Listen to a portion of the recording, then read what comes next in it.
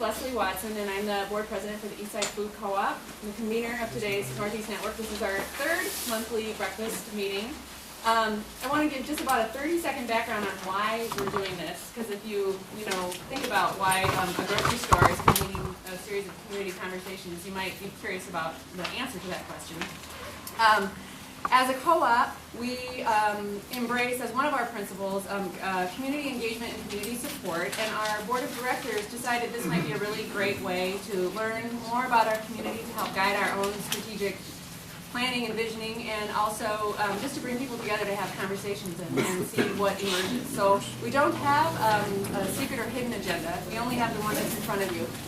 But we really hope that out of these series of conversations, we'll all learn various things that we can bring back to our organizations and help inform and enrich our understanding of the work that we undertake in Northeast Minneapolis. We have a really great turnout today. I am so pleased. Thank you for coming.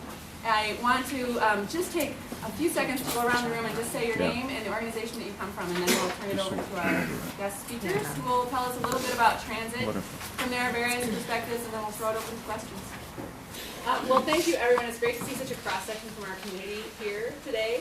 I did want to mention we are attempting, we want to try to capture and preserve the content of these conversations so that even if people aren't able to attend, we can share what we learned and put them up on the club website, so in some fashion or another. So today is our experiment with podcasting, which is why Manisha has the no promises about what will happen, but I'm going to try to at least capture some images, and we'll at minimum have a written summary, and any materials that our guests or others provided about transit will be getting up on our website in a prominent location very soon. With that, I'm going to turn it over to our four guests to have them say their piece about their perspective on transit planning as it relates to Northeast Minneapolis, and I can go in order. Who's on the agenda first? Michelle, would you like me to start? Sure. And I'm actually, I should say I'm also a Northeast resident. I live at 32nd Ulysses, so I can jump away from the park.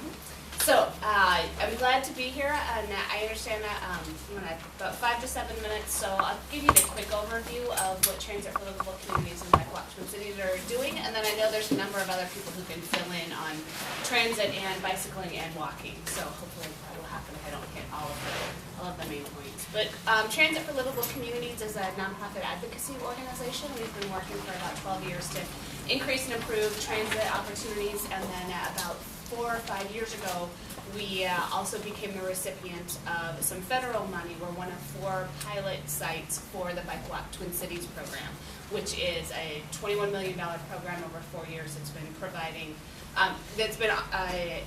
offering money to municipalities through a competitive grant process to improve infrastructure and other planning opportunities to increase mode shift from vehicles to biking and walking and transit. So I can say a little bit about the projects that are specific to Northeast. There are a number of them in biking and walking, and I have the details here. I am not the person in our organization who knows the most about them. I know that our council member also has been following them, so he can fill in as well. There are a number of bicycling infrastructure projects that are being proposed.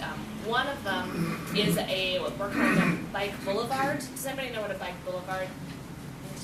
Yeah. Do you want to sort of give it the one-sentence definition of? My understanding is a bike boulevard, it takes the street and it reorients the main use of the street from vehicles to bicycles. Bicycles and cars can still use it, but the main use is a bike use.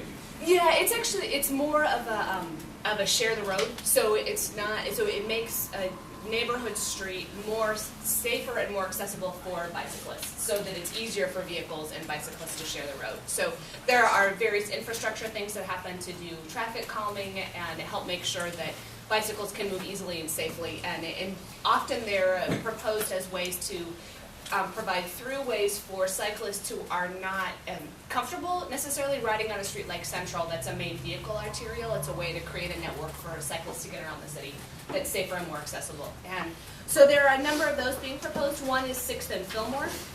And 6th and Fillmore, there's one that's going across on, I'm going to look like I'm really unprepared here. But I actually am more prepared than I look.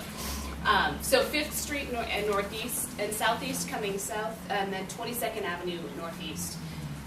There's some infrastructure planning happening, so I can answer more questions about that. There's also a bicycle planning study along Central Avenue, which is a good thing.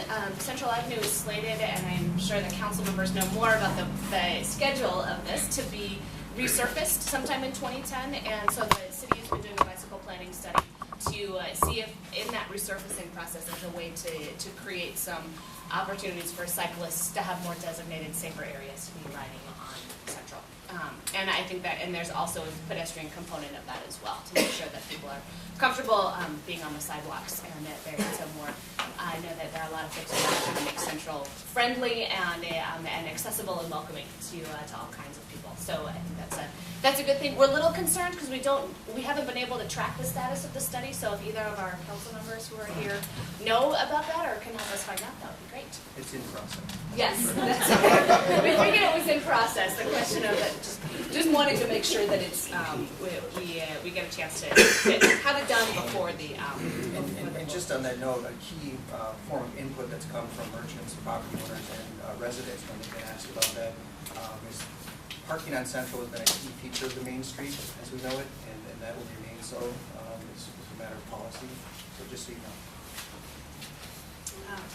So I think that's what I know in terms of the bicycling and pedestrian infrastructure, and I know there's folks here from transit, so I won't say more about that other than to say that one of the things that we know as a nonprofit advocacy organization that's been doing this work for a long time is that we believe our transit system needs more resources to function well and serve people at the capacity that demand is growing to. We've had increased ridership, but we don't have more buses on the roads, and we don't have a higher frequency service that we need. So the work that we'll be doing is really to increase resources over the next couple of years. And so I have more information about that.